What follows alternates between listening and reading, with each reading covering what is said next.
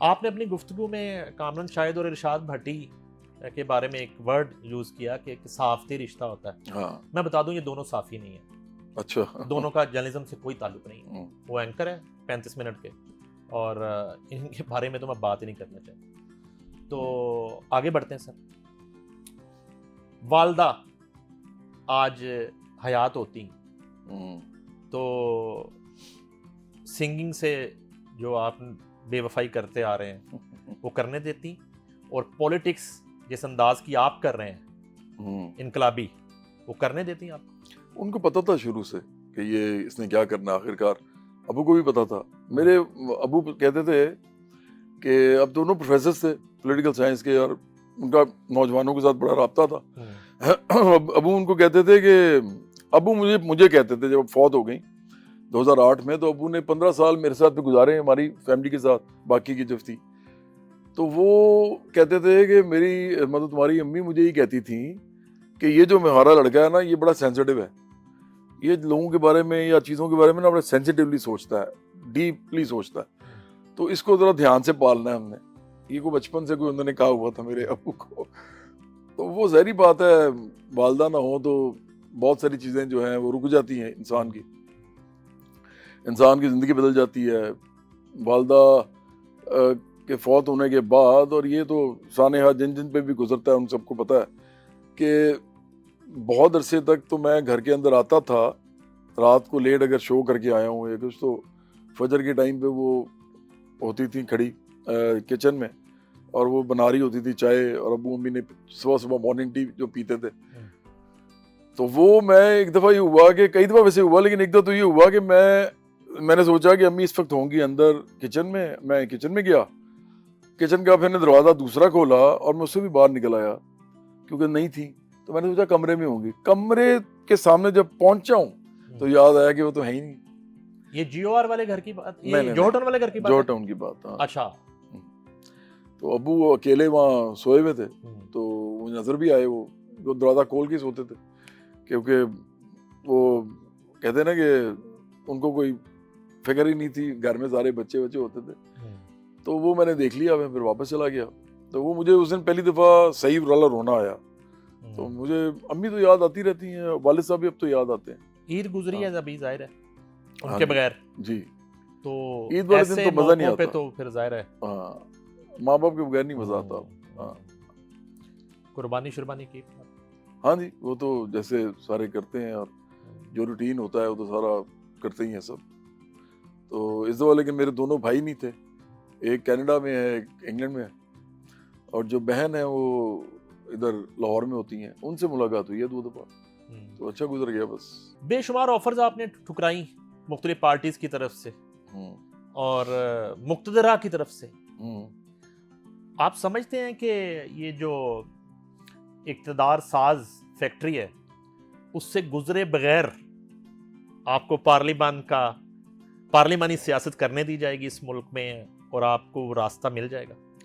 اصل میں نے جو انقلابی کتابیں پڑھی ہیں اور پھر انقلابیوں کی ہسٹری پڑھی ہے نا, اور پھر والد صاحب کے ساتھ بھی جو بھی گفتگو رہی ہے بائیں بازو کی پارٹی بنانے کے حوالے سے, تو مجھے ایک بات پتہ ہے کہ آپ کبھی بھی کمپرومائزڈ سیاست جب کرتے ہیں, کبھی بھی آپ جو اب یہ سمجھتے ہیں کہ میں اس میں گھس جاؤں گا تو بعد میں نکل آؤں گا, بعد میں نکل نہیں سکتے آپ. تو وہ عمران خان نے بھی دیکھ لیا ہے, جو باقی تھے جن کے اندر کوئی جعلی یا اصلی انقلابی پن کوئی ہے تو وہ انہوں نے دیکھ لیا ہے سب نے کر کے. الطاف حسین نے بھی دیکھ لیا ہے, وہ بھی تو تھوڑے بہت انقلابی تھے. تو اگر آپ نے کوئی موومنٹ کھڑی کرنی ہے نا, تحریک کھڑی کرنی ہے, تو وہ بھی لوگوں کی, عام لوگوں کی, اس کے لیے آپ کو بڑی مار کھانی پڑے گی, آپ کو انسلٹ بھی کروانی پڑے گی, آپ کو باتیں بھی سننی پڑیں گی. لیکن اگر آپ نے اس دوران بوٹ پالش شروع کر دی ہے, یا اس دوران آپ نے امیروں کو ساتھ میں لانا شروع کر دیا جن کے اشرافیہ کے سامنے آپ نے سیاسی جدوجہد رکھنی ہے عام لوگوں کی, اور یا آپ نے مذہب فروشی شروع کر دی, آپ نے اس طرف لگا دیا لوگوں کو, جیسے پاکستان کا پروگریسو فیس خراب ہو کے ریگریسو ہو جائے, اور پھر آپ نے ساتھ جو ہے وہ ہر قسم کا کمپرومائز اس کے علاوہ بھی کیا, تو آپ سیاسی پارٹی نہیں بنا سکتے. پھر آپ ایک جتھا بنا سکتے ہیں, وہ ان سب نے بنا لیا ہے.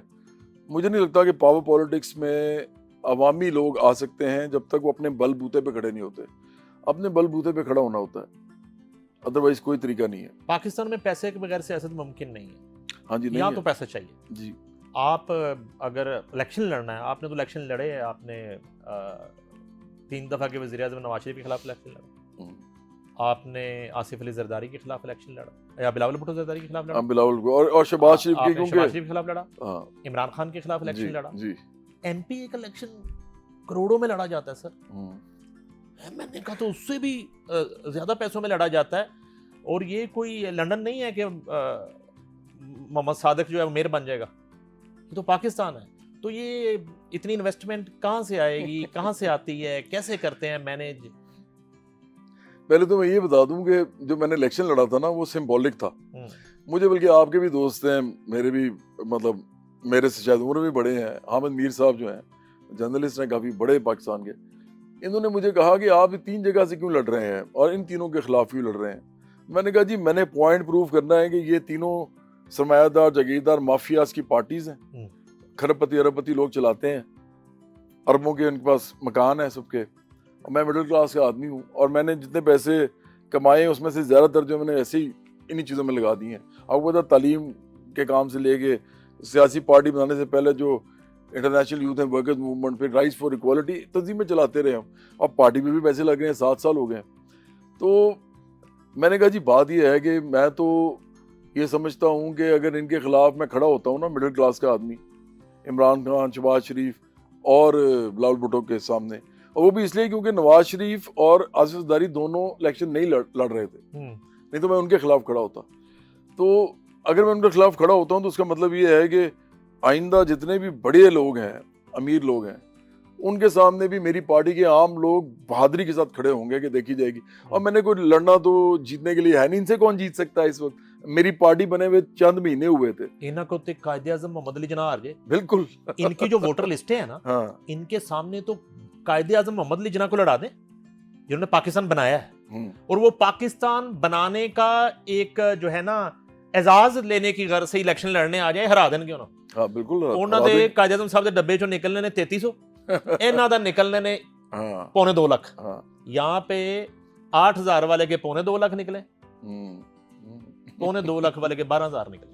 بالکل یہ تو ہوا ہے نا, یہ تو سر اس ملک میں ہوا ہے. بالکل ہوا ہے. لیکن میں تو یہ سمجھتا ہوں کہ اگر 2 کروڑ, جب میں اتنی بڑی بات آپ کو لگے گی, لیکن یہ بڑی بات اتنی ہے نہیں جتنی لگ رہی ہے.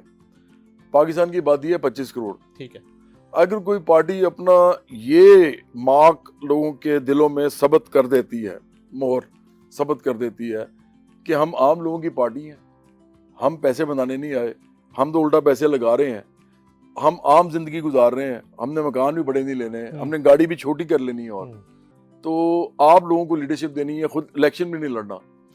تو اگر آپ لوگ, پیسہ تو چاہیے سیاست کے لیے, اگر آپ لوگ صرف 100 روپیہ بھی دینا, ہم 1 کروڑ کی چلیں بات کر لیتے ہیں, 1 کروڑ ممبرشپ ہو پارٹی کی, یہ تحریک چل پڑے, اور 100 روپیہ مہینہ صرف دیں, تو 1 ارب روپیہ مہینہ بنتا ہے, اور 12 ارب روپیہ سال کا بنتا ہے. یہ عوام کی پارٹی چلانے کے لیے بہت زیادہ پیسے ہیں. اور اگر 2 کروڑ ممبرشپ ہو, ممبرشپ جس کے اندر سے لیڈر بن رہے ہیں, لیڈر نکل رہے ہیں, جو کہ ہمارا ایک پورا پروگرام ہے, تو پھر تو یہ بن جاتا ہے 24 ارب روپیہ. تو دیکھیں لوگوں کو یہ بات سمجھ آئے گی آہستہ آہستہ. تو اس طرح لیبر پارٹی جو ہے انگلینڈ میں, وہ تو لوگوں کے فنڈ سے چلتی ہے. برنی سینڈرز نے جو ڈیموکریٹک پارٹی کے اندر اپنے لیے الیکشن کے لیے راہ ہموار کی, اس نے نوجوانوں سے جا کے بڑے بڑے کانگریگیشنز کی اور وہاں پہ پیسے جمع کیے. اسی طرح عام آدمی پارٹی جو انڈیا میں ہے, وہ عام لوگوں کے پیسوں سے چل رہی ہے. عام آدمی پارٹی کو کیوں کوئی بہت زیادہ امیر کبیر آدمی پیسے دے گا, وہ تو عام لوگوں کی پارٹی ہے, وہ تو اس کا انٹرسٹ دیکھے گی, وہ آپ کا تھوڑی دیکھے گی. تو یہ پارٹیاں چل ہی نہیں سکتی جب تک عام لوگ ان کی مدد کو نہ آئیں اور اپنی پارٹی سمجھ کے نہ آئیں. تو یہ ایک لمبا رستہ ہے, لیکن یہ چھوٹا بھی ہو سکتا ہے. کوئی تاریخ میں ایسے لمحے آتے ہیں, کہتے ہیں کہ جبکہ صدیوں کا وقت ایک لمحے میں گزر جاتا ہے, اور کئی دفعہ لمحے جو ہیں وہ سردیوں کے ہو جاتے ہیں. تو اس وقت مجھے لگتا ہے کوئی ایسا ہونا چاہیے کہ لوگوں کو اتنا ایک دم شعور آئے, ایک دم ایک بنے, قوت بنے, اس خیال کی قوت بنے کہ ہم مل کے یہ کر سکتے ہیں, تو کوئی پتہ نہیں جلدی ہو جائے گی.